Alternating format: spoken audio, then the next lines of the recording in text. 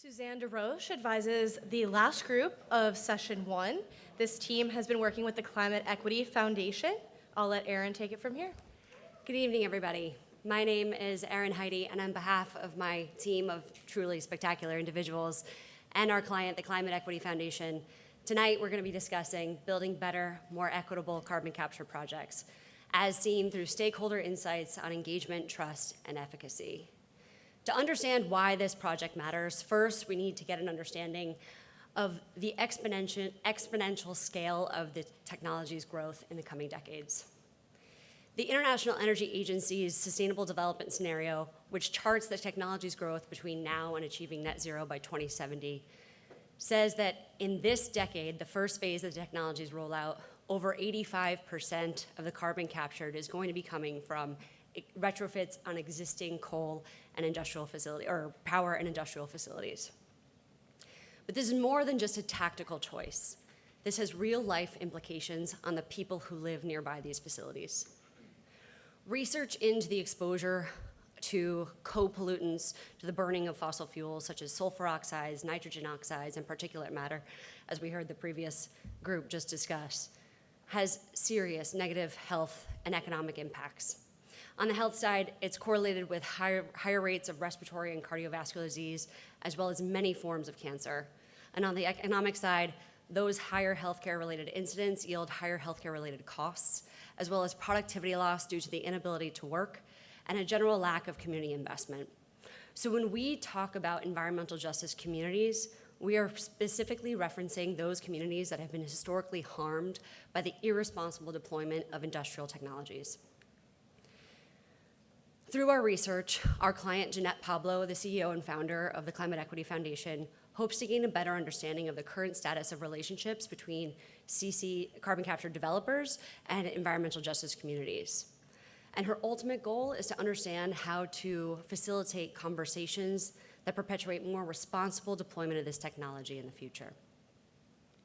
Currently, there are 45 operational large-scale sites globally, with over 700 in development, as you can see in blue on this map. For the purpose of our study, we narrowed our scope to 5 operational sites, as you can see starred in North America and Europe. We chose these sites based on the technology's application, its geographical location, as well as its exposure to environmental justice risks, which you can see denoted in red, insinuating high risk, and green, insinuating low risk. For the remainder of our time tonight, we're going to be discussing the 2 Texas case studies, Port Arthur and Petra Nova. We'll go through observations that we learned from stakeholders in those communities, and then we'll finish with observations that we learned from the rest of our case studies that feed into recommendations that we have for more responsible development of this technology going forward. The bulk of our research constituted interviews from various stakeholder perspectives, including community representatives, EJ advocates, third-party intermediaries, developers, and academic researchers. From the Petra Nova and Port Arthur communities, we heard feedback that can be grouped into 4 distinct categories. The first is the role of the carbon capture technology itself. Both sets of stakeholders expressed a desire for clean energy alternatives and a belief that carbon capture merely prolongs fossil fuel reliance as opposed to facilitating the transition away from it. With regards to healthcare concerns, the Petra Nova community expressed clear knowledge of their air and water pollution in their local environment. And similarly, Port Arthur expressed a knowledge of high cancer rates in their community, as well as respiratory issues due to poor air quality. On the economic front, though these projects are often touted as job creators, Petra Nova constituents noted that these jobs are usually temporary in nature and yielding few long-term benefits for the local community. Similarly, Port Arthur residents noted high rates of unemployment in their community and hiring discrimination, as most developers often brought employees from outside of the community rather than sourcing them from within. When it comes to community engagement, both sets of stakeholders said that facility owners often excluded the community from decision-making and had a general lack of transparency on the health and environmental impacts of these projects. So all in all, these stakeholders definitely understood the role that technology is supposed to be playing in the macroeconomic decarbonization picture. However, they were unconvinced that they personally were going to be any better off by this technology's application. So taking that, as well as the other feedback that we heard from the rest of our case studies, we're now going to talk through 3 observations that we learned. The first is the debate over the role of carbon capture itself. As we just discussed, the idea that the technology is a ruse to perpetuate polluting business models is a pretty common one, as you can see expressed here by John Baird Jr. of the Port Arthur Community Action Network on the right-hand side of this slide. However, in communities where the technology experienced less criticism, that role of the technology that it plays in the decarbonization movement was well understood and supported. However, it was met by a desire for energy pragmatism that supports the economic independence and development of the local region. For instance, Brianne O'Reilly of the CCUS Knowledge Center in Saskatchewan said, "We don't have a lot of renewables to shift to. So we talk a lot about how CCS lets us keep the power that we need while still helping to achieve our environmental goals." The second shows why carbon capture is not a one-size-fits-all solution. Local context matters. And here we see that some communities, even despite their historical harms, they are open to the idea that this technology might be able to remove co-pollutants, as we see through Alex Spike of the Air Alliance Houston expressed on the right-hand side of this slide.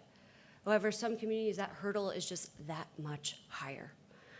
And therefore, the onus is truly on developers to know and understand the context of the local environments in which they're building.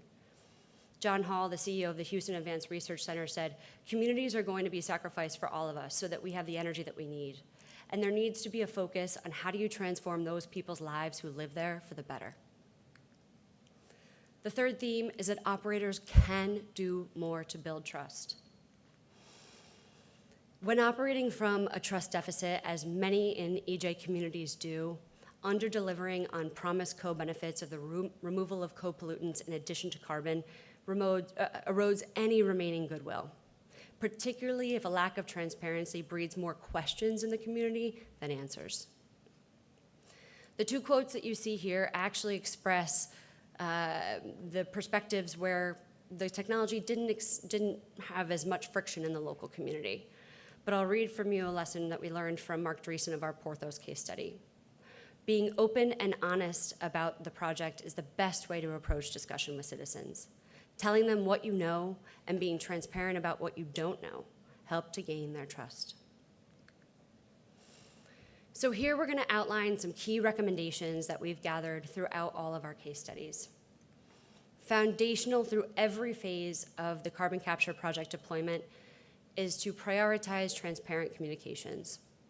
Learning from the Decatur well leak and the Petronova secretive operations, both of which bred distrust in local communities, it is very important that operators communicate clearly and honestly so that they can demonstrate that they are behaving in good faith. Additionally, we would recommend that operators encourage more robust regulatory frameworks. For instance, the Illinois Safe CCUS Act is amongst the most stringent carbon capture legislations in the country, and in part championed by one of our sources in the Decatur community. However, that piece of legislation was passed at the same time that the Decatur community was left in the dark about its well leak. Therefore, there is a clear gap to fill, particularly when it comes to reporting requirements and emergency response protocols. The third recommendation in the proposal and negotiation phases of project development is engaging third-party mediators. As we saw in our SaskPower case study, these groups tend to bridge the gap between developers and the communities in which they operate, establishing clear and consistent messaging that creates a set of common ground for all stakeholders to operate from. The fourth recommendation in the negotiation and community outreach phase is to establish community benefit plans. Be clear about how the community stands to gain from this project. For instance, as we learned from our Porthos case study, in the Netherlands, it's common that even if a project is built on public lands, it's common for the local community to receive compensation. And finally, towards the later stages, the construction and operation phases, we recommend monitoring health impacts. To overcome the distrust embedded in EJ communities, it is important that operators demonstrate that they are taking their concerns regarding the removal of co-pollutants as seriously as the removal of the carbon technology itself. All in all, if we can embed honesty, collaboration, and respect throughout every phase of carbon capture deployment, not only do we have the opportunity to achieve our decarbonization goals, but we also have the opportunity to achieve a more equitable and inclusive future for all communities. Thank you.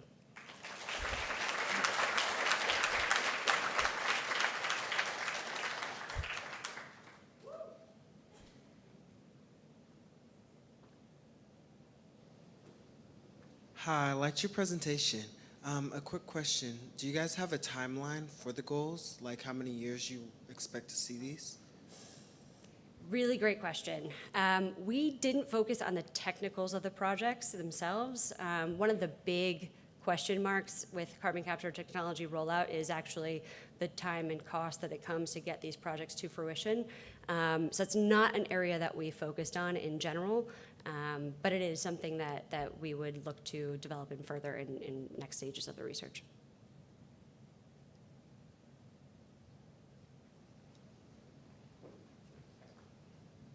Thank you for your presentation. The narrative arc was really clear. I appreciated that. I'm curious, though, Port Arthur and Petra Nova are EJ communities. They're already highly impacted. I wasn't clear from your presentation whether you were arguing that carbon capture in those communities would cause additional impacts, or that there was an opportunity for mitigation of impacts by deploying those. I wasn't clear where you fell out on that. Yeah, it's another fantastic question. The honest answer is that some communities are operating from a serious trust deficit, as those communities definitely are. And the application of the technology in those communities hasn't necessarily been delivering on the promises that they were pitched. So those communities, I think, are still in that deficit range. What our research is hoping to do for the Climate Equity Foundation is to try to kind of map out where the best cases for closing that gap are in future project rollout.